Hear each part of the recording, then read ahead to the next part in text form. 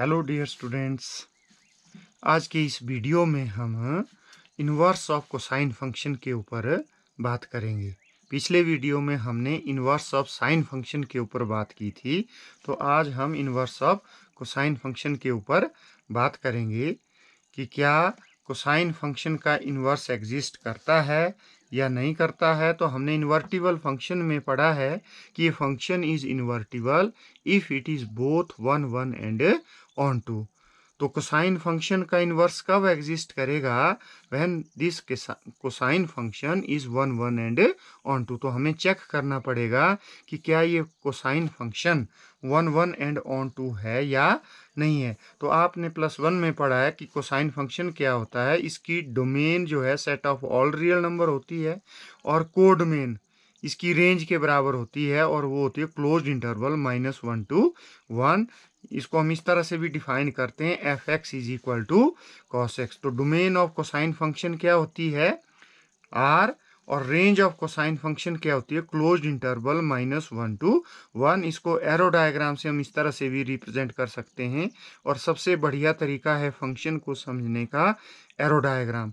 तो ये इसकी डोमेन है और ये इसकी कोडोमेन। ये कोसाइन फंक्शन है। मान लो ये एलिमेंट x है, रियल नंबर से लिया, और इसका इमेज y है। तो हम इसको किस तरह से लिख सकते हैं? हम इसको लिख सकते हैं कोसाइन मतलब cos x is equal to y, where y belongs to close interval -1 to 1, मतलब y इस सेट का एलिमेंट है। इसको इस तरह से भी हम रिप्रेजेंट कर सकते हैं कि ये x है, x का इमेज आगे cos x है अंडर दिस फंक्शन f। तो मैं इसको कैसे लिख सकता हूँ? f of x is equal to cos x. तो एरो डायग्राम से इसको इस तरह से रिप्रेजेंट कर सकते हैं। हम क्या देख रहे हैं कि जो रेंज ऑफ कोसाइन फंक्शन है वो इसकी कोडोमेन के बराबर है। तो this implies range of cosine function is equal to its codomain. तो this implies cosine function is onto. ये फंक्शन कैसा है? ऑन टू है। तो इन्वर्टिबल के लिए क्या होना चाहिए? अब ये वन वन भी होना चाहिए। तो ये function is invertible if it is both one one and onto. Onto के लिए हमने चेक किया। अब हम इसको चेक करेंगे कि क्या कॉस जो फंक्शन है वो वन वन है या नहीं। तो वन वन को चेक करने के लिए हमारे पास 3 मेथड्स हैं, 3 मेथड्स। तो इसके ऊपर मैंने एक वीडियो भी बनाया है वन वन फंक्शन के ऊपर, तो आप उसको प्ले लिस्ट में जा करके उसको देख सकते हैं।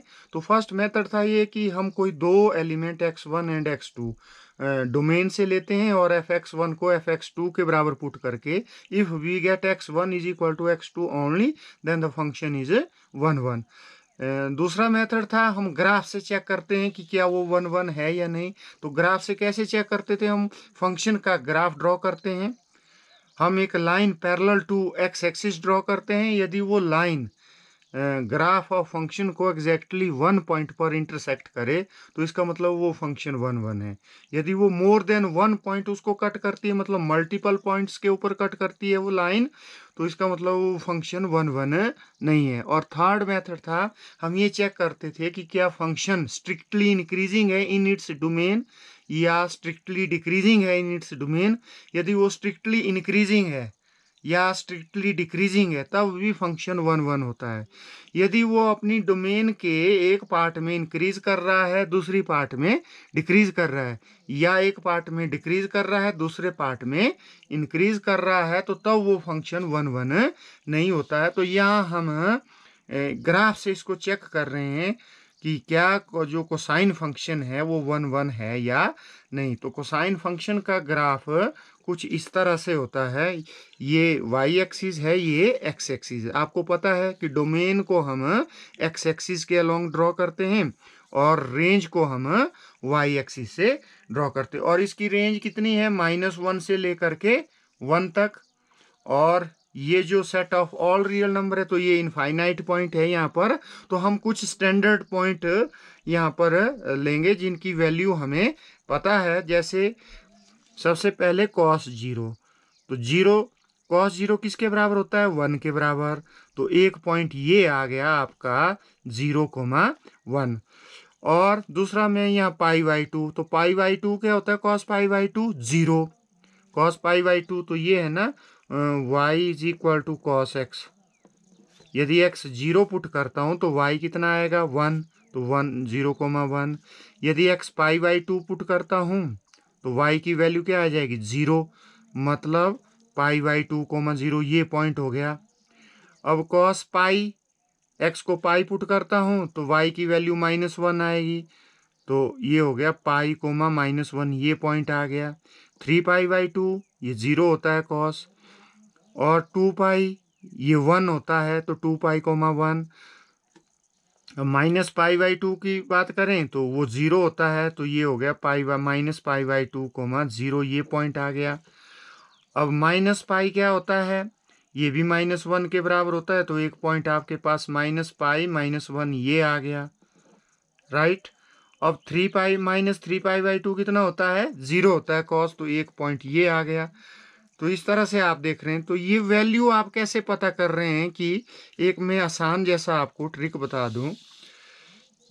जो कॉस फंक्शन होता है, देखो कॉस फंक्शन क्या होता है, वो एक्स एक्सिस के ऊपर इस तरफ इसकी वैल्यू राइट साइड को 1 होती है और लेफ्ट साइड को इसकी वैल्यू -1 होती है, और वाई एक्सिस के ऊपर 0 होता है, मतलब इधर भी 0 इसकी वैल्यू आएगी, इधर भी इसकी वैल्यू 0 आएगी। बहुत सिंपल है। अब 0 डिग्री यहाँ से हम मूव करना शुरू, रोटेट करना शुरू करेंगे तो ये पहले 0 डिग्री हो गया, यहाँ 0 डिग्री, तो cos 0 डिग्री की वैल्यू कितनी हुई 1। ठीक है, हम एंटी क्लॉकवाइज रोटेट करेंगे तो एंगल पॉजिटिव होता है, तो यहाँ पहुंच गए, ये कितना हो गया पाई बाई 2, तो cos पाई बाई 2 की वैल्यू कितनी होगी 0, वाई एक्सिस के ऊपर 0 होता है। अब लेफ्ट साइड यहाँ कहाँ पहुंच गए हम, ये पाई हो गया, पाई हो गया, तो पाई के ऊपर वैल्यू क्या आएगी -1, कॉज पाई कितना हो गया -1, मतलब लेफ्ट साइड को -1, राइट साइड को 1। और यहाँ कहाँ पहुँच गए हम, यहाँ पहुँच गए हम 3 पाई बाई 2, मतलब पाई बाई 2 में एक पाई और ऐड कर दिया, या पाई में पाई बाई 2 ऐड कर दिया तो 3 पाई बाई 2 हो, तो यहाँ भी कॉस 3 पाई बाई 2 की वैल्यू कितनी होगी 0। अब यहाँ से यहाँ मूव करेंगे तो कितना हो गया, ये हो गया आपका 2 पाई, तो 2 पाई के ऊपर कॉस की वैल्यू कितनी हुई 1, मतलब 2 पाई के ऊपर कॉस की वैल्यू 1 हुई, 3 पाई बाई 2 के ऊपर कितनी हुई 0 हुई। अब यहाँ से यहाँ जाएंगे तो कितना हो गया, ये हो गया 5 पाई बाई 2, मतलब odd multiple of pi by 2 होगा तो कॉस की वैल्यू 0 होगी एक्स एक्सिस के ऊपर। अब मैं यहाँ आ जाता हूँ, यहाँ कितना हो गया अब आपका 3 पाई, 2 पाई हो गया ना, एक पाई और मूव करें तो 3 पाई, तो कॉस 3 पाई की वैल्यू क्या हो जाएगी -1 इसकी वैल्यू हो जाएगी। तो मतलब इस तरफ जो एंगल आएंगे जैसे 0, 2 पाई आएगा, फिर क्या आएगा 4 पाई, 6 पाई, मतलब इवन नंबर इस तरफ आएंगे, तो कॉस जो भी 2 पाई, 4 पाई, 6 पाई उनकी वैल्यू 1 आएगी, और कॉस पाई, 3 पाई, जैसे फिर 5 पाई आएगा, 7 पाई आएगा, इन सब की वैल्यू क्या होगी -1 होगी। और यहाँ जो भी odd multiple of pi by 2 होगा, ऑड मल्टीपल हो 1 पाई बाई 2, 3, 5, फिर यहाँ 7, 9, मतलब odd multiple of pi by 2 के साथ जो मल्टीप्लाई होगा उसमें कॉस की वैल्यू क्या होती है 0 होती है। ये तो था पॉजिटिव एंगल के लिए जो हमने ये वैल्यू ली। अब नेगेटिव के लिए क्या होगा, तो उसी तरह से इस तरफ इसकी वैल्यू 1 होगी और इस तरफ इसकी वैल्यू क्या होगी, इस तरफ होगी -1, और यहाँ भी 0, यहाँ भी 0। अब नेगेटिव एंगल की बात करेंगे तो हम रोटेट क्लॉकवाइज करेंगे तो ये एंगल नेगेटिव हो जाता है, तो ये 0 है तो 0 पर तो 0 ही होगी, ये 0 पर इसकी वैल्यू कितनी आएगी 1, तो ये हो गया आपका -पाई/2। इधर को क्लॉकवाइज यदि हम रोटेट करें तो -पाई/2 की वैल्यू क्या आएगी 0। फिर आप यहाँ पहुँच गए तो क्या हो गया ये -पाई, तो -पाई की वैल्यू भी क्या होगी -1 ही, क्योंकि लेफ्ट साइड में आया। और यहाँ -पाई/2 ये हो गया -3 पाई/2, तो यहाँ इसकी वैल्यू क्या आ गई 0। अब जब यहाँ पहुँचेंगे आप तो क्या कौन सी वैल्यू आई -2 पाई, तो -2 पाई की वैल्यू कितनी आएगी 1। फिर आप आगे मूव करेंगे इस तरह से तो यहाँ क्या आएगा -5 पाई/2 0 हो जाएगा। इधर आएंगे तो -3 पाई हो जाएगा। तो इसकी वैल्यू -3 पाई की कितनी आएगी, -1। तो आप देख रहे हैं कि जो ऑड नंबर आ रहे हैं इस तरफ, चाहे वो नेगेटिव है चाहे पॉजिटिव है, तो उनकी वैल्यू कॉस में -1 होगी। जैसे इवन नंबर है -2 पाई, -4 पाई, -6 पाई, इवन नंबर चाहे वो नेगेटिव है चाहे वो पॉजिटिव है, उन सब की वैल्यू कॉस की कितनी होती है, 1। आप इस तरह से ये पॉइंट निकाल सकते हैं। अब ये ग्राफ कैसे ड्रॉ होगा, तो मैं इन पॉइंट्स को ज्वाइन करूँ, मैं इसको सीधा नहीं ज्वाइन करूँगा, क्योंकि इन दो पॉइंट्स के बीच में भी क्या है, इनफाइनाइट नंबर ऑफ पॉइंट्स। तो इसका ग्राफ कुछ इस तरह से आएगा, इस तरह से। तो ये है कोसाइन का फंक्शन का ग्राफ, ये कोसाइन फंक्शन का ग्राफ। अब हम इसको चेक करेंगे कि क्या ये 1 1 और ऑन 2 है। तो मैं क्या कर रहा हूं कि एक लाइन ड्रॉ कर रहा हूं पैरेलल टू एक्स एक्सिस। तो हम देख रहे हैं कि जो ये लाइन है जो मैंने parallel to x axis draw की है, तो ये इसको मल्टीपल पॉइंट्स के ऊपर कट कर रही है ग्राफ को, मतलब मोर देन 1 पॉइंट ये कट कर रही है। तो दिस इंप्लाइज जो कोसाइन फंक्शन है वो 1 1 नहीं है। तो if we draw a line parallel to x axis, it cuts the graph of the function more than 1 point. This implies cosine function is not 1 1। From above we see that cosine function is onto है, but not 1 1। अब हम क्या देख रहे हैं कि तब ये इन्वर्टिबल कैसे होगा। तो यदि हम इसकी डोमेन को, ये तो सेट ऑफ रियल नंबर है, यदि इस डोमेन को हम थोड़ा रिस्ट्रिक्ट कर दें, मतलब कम कर दें, तो तब ये आप देख रहे हैं कि इन इंटरवल्स के बीच में हम इसकी डोमेन को रिस्ट्रिक्ट कर दें तो ये 1 1 हो जाता है। जैसे मान लो ये 0 से पाई के बीच में, यहाँ से लेकर के यहाँ तक इसका ग्राफ ये है। ओके, तो इस रीजन में ये कैसा है, ये 1 1 है। क्यों है 1 1? ये ग्राफ है और ये 1 से लेकर के -1 तक है, मतलब ये ऑन टू भी है। और यदि कोई लाइन हम parallel to x axis draw करते हैं तो ये इस ग्राफ को एग्जैक्टली 1 पॉइंट के ऊपर इंटरसेक्ट करती है। तो यहाँ से लेकर के यहाँ तक ये 1 1 है। ठीक है, यदि जैसे पाई टू 2 पाई के बीच में, तो ये ग्राफ आ गया आपका, तो ये भी कैसा होगा, ये भी 1 1 होगा। क्योंकि कोई भी लाइन यदि हम ड्रॉ करेंगे, यदि इसको इतना रिस्ट्रिक्ट कर दें हम, तो ये 1 1 होगा। तो इसी तरह से इधर आप चेक करो, 0 से -पाई, तो 0 से -पाई में भी ये ग्राफ होगा। तो यहाँ से यहाँ भी ये कैसा है, 1 1। यदि कोई भी लाइन हम parallel to x axis draw करते हैं तो एग्जैक्टली एट 1 पॉइंट इसको इंटरसेक्ट कर रही है, तो ये 1 1 है। तो यहाँ से यहाँ भी ये 1 1 है। यदि हम इसकी डोमेन को रिस्ट्रिक्ट कर दें to any of the interval, जैसे 0 to पाई या पाई टू 2 पाई या 2 पाई टू जो भी आगे आएगा, तो आप देख रहे हैं या 0 to -पाई, तो ये फंक्शन कैसा हो जाता है, 1 1 हो जाता है। तो for cosine function to be invertible it must be 1 1 and onto होना चाहिए। तो if we restrict the domain of cosine function to any of the intervals, मतलब ये जैसे -2 पाई टू पाई ये ग्राफ आ गया, तो क्लोज्ड इंटरवल -2 पाई टू -पाई, तो इसमें ये 1 1 हो जाता है और ऑन टू भी हो जाता है। जैसे -पाई टू 0, तो ये ग्राफ हो गया। तो इस इंटरवल में यदि हम इसको रिस्ट्रिक्ट कर दे डोमेन को, तो इसमें ये 1 1 और ऑन टू हो जाता है। 0 to पाई मतलब 0 to पाई, तो ये एरिया हो गया। तो इसमें भी ये 1 1 और ऑन टू होता है। Pi to 2 pi, pi to 2 pi and so on. इस तरह के इनफाइनाइट नंबर ऑफ इंटरवल्स होंगे, क्योंकि इसकी domain set of all real number है, इनफाइनाइट नंबर ऑफ एलिमेंट होंगे इसमें। तो इस तरह से बहुत सारे इंटरवल्स में जो है ये जो कोसाइन फंक्शन है ये 1 1 और ऑन टू होगा। दैट इज यदि हम इसको डोमेन को रिस्ट्रिक्ट कर दें कॉस फंक्शन की, ये और जो कोडोमेन है हमारी वो -1 to 1 ही है।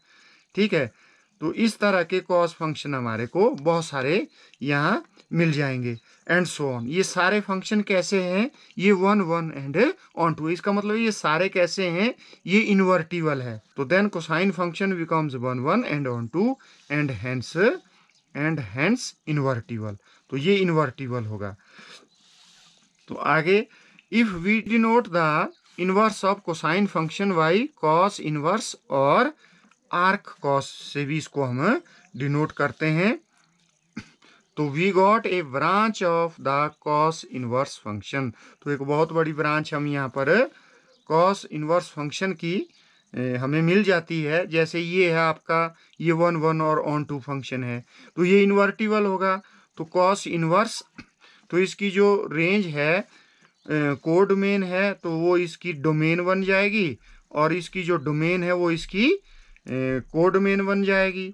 तो जैसे ये कॉस इनवर्स, तो इसका इनवर्स ये हो गया, आगे वाले का ये हो गया, तो इसकी जो ये कोडोमेन है ये यहाँ कॉस इनवर्स की डोमेन बन जाएगी और ये इसकी रेंज बन जाएगी। तो इस तरह से बहुत सारे आपको इन्वर्टिबल फंक्शन यहाँ मिल जाएंगे। लेकिन जो ये फंक्शन है cos inverse -1 to 1 0 to pi, तो this branch is called the principal value branch. इसको हम प्रिंसिपल वैल्यू ब्रांच कहते हैं। और आगे जब भी हम cos इनवर्स फंक्शन की बात करेंगे तो हम इस फंक्शन की बात करेंगे जिसकी डोमेन -1 to 1 है और जिसकी रेंज क्लोज्ड इंटरवल 0 to पाई है। तो इसको हम प्रिंसिपल वैल्यू ब्रांच कहते हैं। और इसकी डोमेन ये है आपके, और रेंज जो है इसकी क्लोज्ड इंटरवल 0 to पाई है। जो कॉस इनवर्स है x है, ये 1/x cos x के बराबर नहीं होता है। हमने साइन इनवर्स फंक्शन में भी ये बात की थी। ये इसकी पावर नहीं है, ये सिर्फ क्या रिप्रेजेंट कर रहा है, इनवर्स फंक्शन को, कॉज के इनवर्स फंक्शन को रिप्रेजेंट कर रहा है, ये पावर नहीं है। तो जैसे मैं इस तरह से लिखता हूँ cos x whole raise the power -1, ये पावर है, तो इसका मतलब होता है 1/cos x। तो ये आपने नोट करना है पॉइंट कि ये नेगेटिव पावर नहीं है, ये क्या है, ये इनवर्स फंक्शन है, ये इसकी पावर नहीं है। तो इसके बाद हमने क्या देखा कि यदि हम cos फंक्शन की जो डोमेन है इसको रिस्ट्रिक्ट कर दें 0 to पाई, और इसकी जो कोड मेन है -1 to 1 रहने दे, तो ये फंक्शन क्या हो जाता है, 1 1 एंड ऑन टू, मतलब इन्वर्टिबल हो जाता है। तो तब इसका इनवर्स क्या होगा, कॉस इनवर्स, ये -1 1 to 0 to pi closed interval. तो ये इसका इनवर्स फंक्शन हो गई, जिसको हम प्रिंसिपल वैल्यू ब्रांच भी कहते हैं। तो इसको एरो डायग्राम से कैसे मैं शो कर सकता हूँ, ये कोसाइन फंक्शन है, x to y लिख दिया, इसके एलिमेंट को मैंने x से रिप्रेजेंट किया, इसके एलिमेंट को y से। मान लो x का इमेज y, तो मैं कैसे लिख सकता हूँ इसको, cos of x is equal to y। और ये y जो इसकी रेंज है cos है, ये किसको बिलोंग करेगा, इस सेट को, मतलब क्लोज इंटरवल -1 to 1 को। अब ये जैसे कोसाइन इनवर्स फंक्शन है, तो इनवर्स फंक्शन में क्या होगा, तो इसकी जो कोडोमेन है वो इसकी डोमेन बन जाएगी और इसकी डोमेन इसकी कोडोमेन बन जाएगी।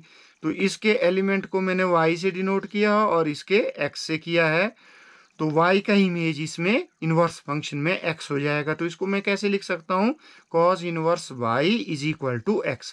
और ये जो x किसको बिलोंग करेगा, ये बहुत इंपॉर्टेंट होता है इनवर्स ट्रिग्नोमेट्रिक फंक्शन में कि कौन किसको किस इंटरवल को बिलोंग करता है। तो x belongs to closed interval 0 to pi को ये बिलोंग करेगा। तो हमने क्या देखा यहाँ कि इफ cos x is equal to y है, मतलब y इसको बिलोंग कर रहा है, तो देन इसका जो इनवर्स फंक्शन है उसको कैसे लिख सकते हैं, cos inverse y is equal to x, और x इस इंटरवल को बिलोंग करेगा। वैसे ही जैसे हमने फंक्शन में पढ़ा था कि f(x) यदि y है, यदि उसका इनवर्स एग्जिस्ट करता है, तो कैसे, तो f inverse y is equal to, वहाँ हम x लिखते थे, तो जो आपने फर्स्ट चैप्टर में पढ़ा था, तो उसी तरह से इसको भी हम लिख सकते हैं।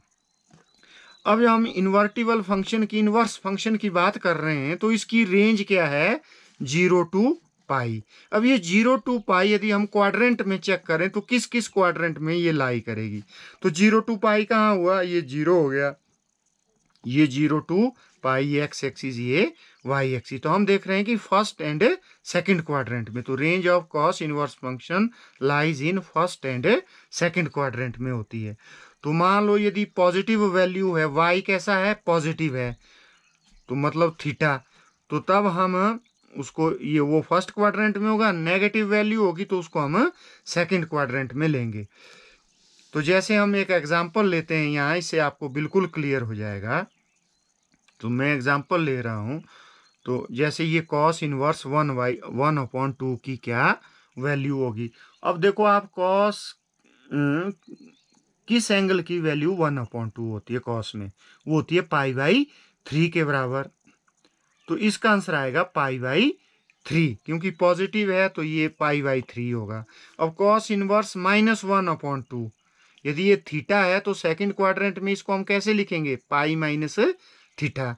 तो अब जो नेगेटिव वैल्यू है तो उसको हम सेकंड क्वाड्रेंट में पुट करेंगे, जो पॉजिटिव है तो उसको हम फर्स्ट में। तो यहाँ 1/2 क्या होता है कॉज में, वो होता है π/3, तो थीटा आई π/3, तो ये फर्स्ट में ही आएगा तो π/3। अब ये नेगेटिव वैल्यू है तो सेकंड क्वाड्रेंट में लिखेंगे।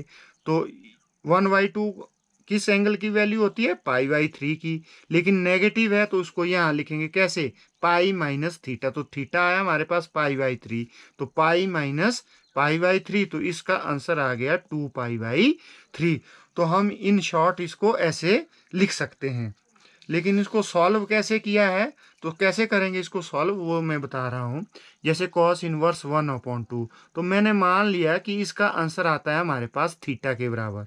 अब ये थीटा किसको बिलोंग करेगा, कॉस इनवर्स की रेंज, इसकी रेंज है ये, तो theta belongs to closed interval 0 to pi को बिलोंग करेगी।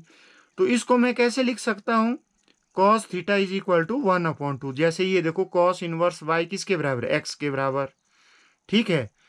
तो इसको मैं और कैसे लिख सकता हूँ, cos x is equal to y लिख सकता हूँ ना। तो इसी तरह से cos theta is equal to 1/2। अब cos theta is equal to 1/2 किस एंगल की वैल्यू होती है कॉस में, कॉस π/3 की वैल्यू 1/2 होती है।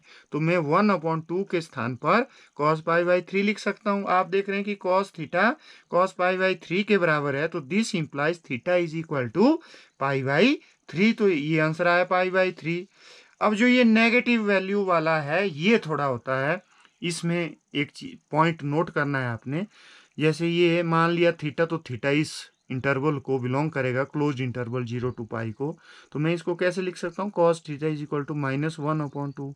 तो cos theta is equal to minus, तो ये किस एंगल की वैल्यू होती है, π/3 से। तो कॉस π/3 की वैल्यू 1/2 होती है, तो इसकी जगह में कॉस π/3 लिख सकता हूँ।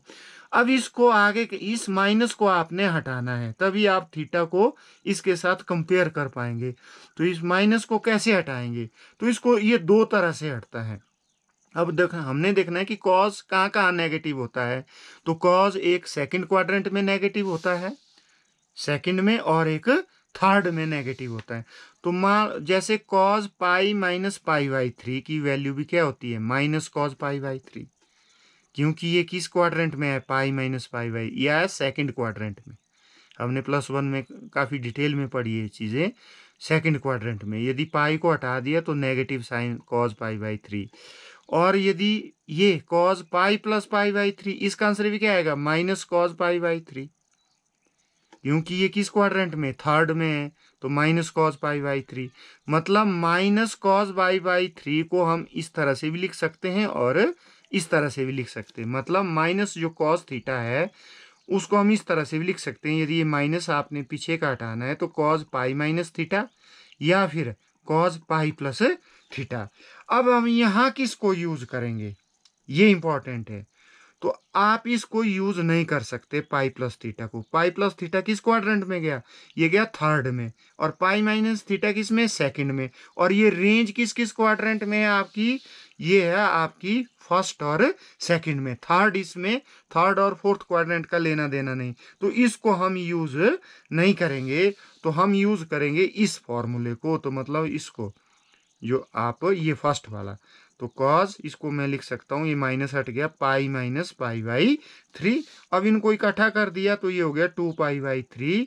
तो थीटा इज इक्वल टू 2π/3। हम इसको इस तरह से सॉल्व कर सकते हैं। यदि आपने इन शॉर्ट चेक करना है तो आप फट से, ये 1/2 किस एंगल की वैल्यू है, π/3 की, लेकिन नेगेटिव है तो आपने सेकंड में कैसे लिखना है, थीटा की वैल्यू पाई माइनस थीटा, मतलब पाई माइनस ये किस एंगल की वैल्यू है, π/3, तो सीधा 2π/3 इसकी वैल्यू आएगी। ये इसका शॉर्टकट मेथड है। अब आया इसका graph of cos inverse function.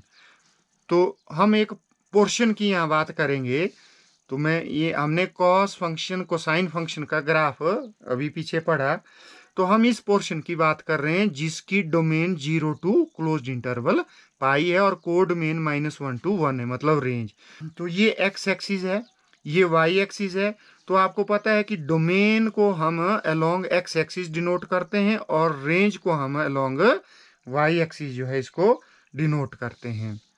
अब ये इसका ग्राफ कैसा था, जैसे cos 0 की वैल्यू कितनी होती थी 1, तो मतलब ये पॉइंट 0,1 आया। cos π/2 की वैल्यू कितनी होती है 0, तो ये पॉइंट आ गया आपका π/2,0। यदि x π/2 बढ़ते हैं तो y की वैल्यू 0, तो ये पॉइंट आ गया। यदि मैं x की वैल्यू पाई पुट करता हूँ तो cos की वैल्यू कितनी होती है -1, y की वैल्यू -1, तो π-1 ये पॉइंट हो गया। तो इसको इस तरह से हमने मिला दिया। ये है आपका इसका ग्राफ y = cos x का, जिसकी जो डोमेन है रिस्ट्रिक्ट की है हमने 0 to π। तो ये इसका ग्राफ है। मैंने एक लाइन यहाँ से ड्रॉ कर दी जो 45 डिग्री का एंगल बनाती है इसके साथ, एक्स एक्सिस के साथ। मतलब ये कौन सी लाइन होती है, y = x। ये जो ग्राफ है आपका, ये आपका कॉस इनवर्स का ग्राफ है। तो डोमेन के एलिमेंट को हम एक्स एक्सिस पर शो करेंगे और रेंज को वाई एक्सिस की तरफ, तो 0 to π के बीच में। तो ये 0 है, तो ये पाई है, तो बीच में क्या आ गया आपका π/2। अब आप मान लो x की वैल्यू आप 0 पुट करते हैं, x की वैल्यू आप 0 पुट करते हैं, तो y की वैल्यू कितनी आएगी π/2। कॉस इनवर्स 0 किसके बराबर होगा, π/2 के बराबर। तो एक पॉइंट ये आ गया 0,π/2। यदि आप x की वैल्यू यहाँ पर 1 पुट करते हैं तो कॉस इनवर्स 1, तो 0 to π में तो कॉस इनवर्स 1, मतलब 1 किस एंगल की वैल्यू आएगी 0 की, तो मतलब y की वैल्यू 0 आएगी। तो ये पॉइंट हो गया 1,0। यदि आप x -1 पुट करते हैं तो y की वैल्यू क्या आएगी पाई, तो एक पॉइंट ये हो गया -1,π।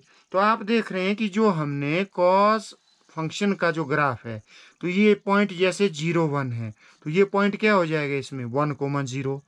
ये पॉइंट π/2,0 है, तो इसमें ये पॉइंट क्या हो जाएगा 0 to π/2, क्योंकि इसका इन्वर्स फंक्शन है। जो ऑर्डर पेयर है उनके एलिमेंट्स चेंज हो जाते हैं, हमने इन्वर्स फंक्शन में पढ़ा है। तो ये π-1 है, तो ये हो जाएगा -1,π। तो मैं यहाँ से भी एक लाइन ड्रॉ कर रहा हूँ y = x। आप क्या देख रहे हैं कि इसका बिल्कुल मिरर इमेज ये है। कैसे, अब आप देख रहे हैं जो पॉइंट 0 1 है, यहाँ क्या आ गया 1 0। जैसे आप मिरर में अपनी इमेज देखते हैं तो आप क्या देखते हैं कि जो आपकी ये लेफ्ट साइड है, तो मिरर में क्या दिखेगी वो आपकी राइट साइड दिखेगी। ये देखो ये लेफ्ट है तो ये राइट है। यदि ये 0 1 है तो यहाँ 1 0 लग रहा है आपको, ठीक है। अब जो ये पोर्शन है ये आपका राइट साइड है यहाँ, तो आपको ये पोर्शन कैसे नजर आएगा यहाँ लेफ्ट साइड में। और जो पॉइंट उल्टे नजर आएंगे जैसे π-1, तो ये -1π। तो ये बिल्कुल इसका कैसा है मिरर इमेज है। तो ये आपका कॉस इनवर्स का हो गया। ये एक पार्ट है इसका जो आपने इस डोमेन को रिस्ट्रिक्ट किया 0 to π, एक पोर्शन है उस ग्राफ का। तो आप देख रहे हैं कि जो इसके इनवर्स फंक्शन का ग्राफ है वो इसका बिल्कुल मिरर इमेज है।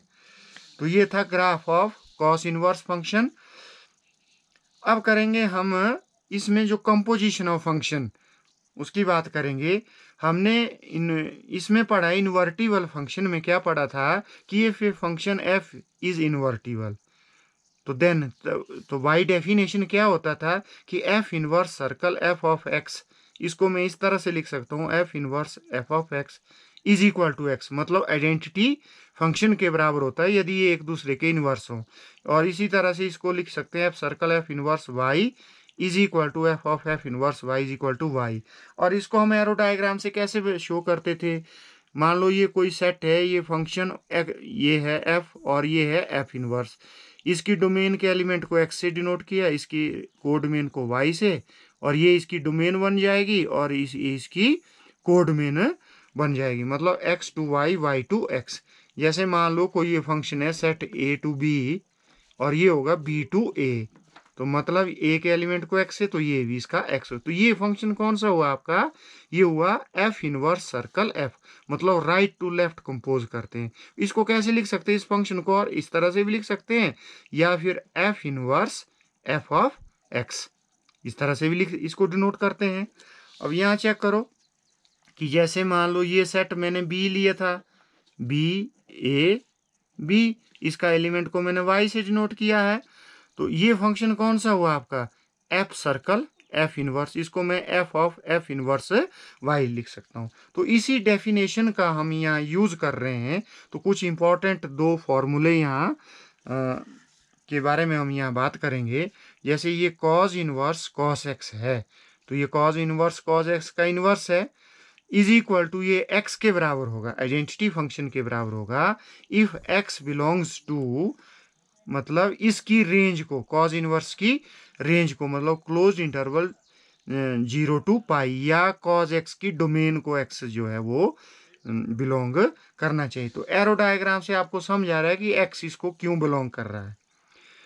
तो ये कॉस फंक्शन क्या होता है, 0 पाई टू -1 to 1, ये इसकी डोमेन है, इसकी कोडोमेन है। और कॉज इनवर्स क्या होता है, ये इसकी डोमेन है और इसकी कोडोमेन है। मान लो मैं जो क्लोज इंटरवल 0 टू पाई है, इसके एलिमेंट को एक्स से डिनोट कर रहा हूँ, इसके वाई से, इसको एक्स से। तो ये फंक्शन कौन सा होगा, यहाँ से यहाँ तक ये होगा आपका cos inverse of cos x, या cos inverse circle cos x cos. तो मतलब इसको मैं इस तरह से लिख सकता हूँ, कॉज इनवर्स कॉस एक्स, ये मतलब इसके बराबर हो गया ये फंक्शन। ठीक है, अब ये फंक्शन कहाँ से कहाँ हुआ, ये हुआ close interval 0 pi to close interval 0 pi, मतलब यहाँ से यहाँ, और x का इमेज x, मतलब ये आइडेंटिटी फंक्शन तब होगा when x belongs to close interval 0 to pi, मतलब this implies cos inverse cos x is equal to x if x belongs to close interval 0 to पाई।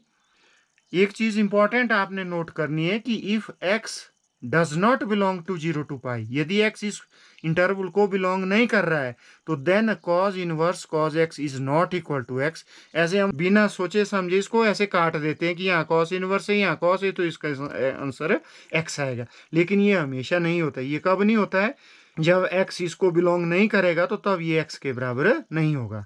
ये तभी x के बराबर होगा if x belongs to closed interval 0 to pi. इसी तरह से cos of cos inverse y is equal to y के बराबर होता है if y belongs to closed interval -1 to 1, मतलब y की वैल्यू कैसी होनी चाहिए, ग्रेटर देन और इक्वल टू -1, लेस देन और इक्वल टू 1। तो ये भी हम समझे कि y इसको क्यों बिलोंग करना चाहिए। तो ये मैंने cos इनवर्स पहले ले लिया, और इसकी डोमेन होती है -1 to 1 क्लोज इंटरवल, और इसकी रेंज होती है क्लोज इंटरवल 0 टू पाई, और ये कॉस फंक्शन है, और इसकी डोमेन होती है क्लोज इंटरवल 0 टू पाई, और कोड मेन हो गया इसका -1 to 1। और ये फंक्शन कौन सा हुआ, कंपोजिशन ऑफ फंक्शन ऐसे ये हो गया cos of cos inverse y, right, ये फंक्शन। तो ये कहाँ से कहाँ हुआ ये फंक्शन, ये हुआ close interval -1 to close interval -1, ये। तो मतलब यहाँ से यहाँ ये वाला फंक्शन यहाँ से यहाँ हुआ। तो आप देख रहे हैं कि ये आइडेंटिटी फंक्शन है, क्योंकि y का इमेज y है इसमें। तो this is equal to y if y belongs to इस इंटरवल को, यदि y बिलोंग करेगा, राइट। यदि y इस इंटरवल को बिलोंग नहीं करेगा, then cos of cos inverse y is not equal to y, तब ये y के बराबर नहीं होगा, ये आपने नोट करना है। तो since y is an arbitrary element, तो देयरफॉर वी कैन राइट। तो ये दो फॉर्मूले हमको यहाँ से प्राप्त हुए कि cos इनवर्स cos x किसके बराबर होगा, x के बराबर तभी होगा if x belongs to closed interval 0 to pi, and cos of cos inverse x के बराबर होगा if x belongs to closed interval -1 to 1, that is x is greater than equal to -1, less than और equal to 1। मतलब x यहाँ क्या है, x ये cos के डोमेन का एलिमेंट होता है। तो cos जो इस फंक्शन cos है, इसकी डोमेन क्या होती है, 0 टू पाई। अब cos इनवर्स x की डोमेन क्या होती है, वो होती है क्लोज्ड इंटरवल -1 टू 1, तो x इसको बिलोंग करना चाहिए। तो ये था cos इनवर्स फंक्शन के बारे में। तो आज की इस वीडियो के लिए इतना ही। Thank you and have a nice day.